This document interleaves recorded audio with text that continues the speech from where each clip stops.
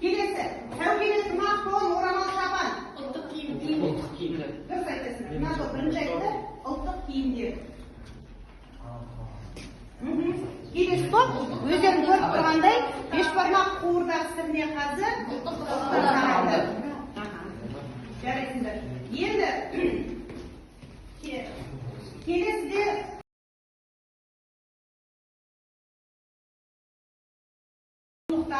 жаңағы тұрған сызбаға жазасыңдар. Түсінікті ғой?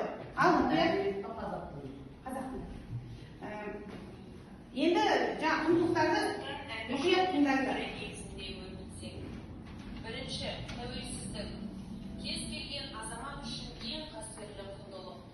Тамыры терең тарихымызға құрметпен қарап, мемлекеттілігімізді қадірлеу, оны көздің қарашығындай қорғау әрбір қазақстандықтың міндеті.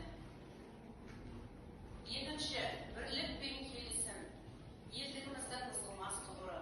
Этникалық әр алуандық бір тұтас ұлт ретінде қалыптасқан халқымыздың артықшылығы. Үшінші,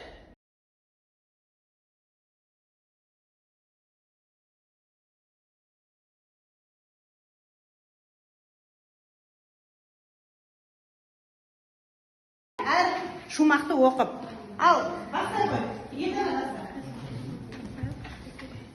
Біз ұлтымызды мақтан етеміз, ардақтарын аңды сақтап өтеміз, қазақтың туы асқақ болсын деп ұран етеміз, жоқтап өтеміз. Екпін, қарқындылық әуес қай жеріне отырсың? Әуес. Екпін соңғы сөйлемде. Дұрыс. Екпін сөйлемнің соңғы сөзіне түсетін, иә? Қай сөзіне түсіп тұр? Өтеміз, жоқтап өтеміз.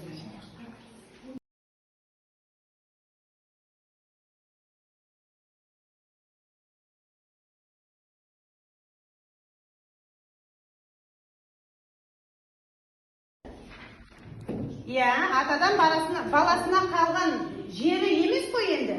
Және айта қой енді. Туып өскен жері, иә. Айта қой. Жеті атамыздың туып өскен, сол жерде кіндік қаны тамған жері. Кіндік қаны тамған жері. Аха, дұрыс айтасыңдар, отыра қойыңдар. Енді әуен дегеніміз не?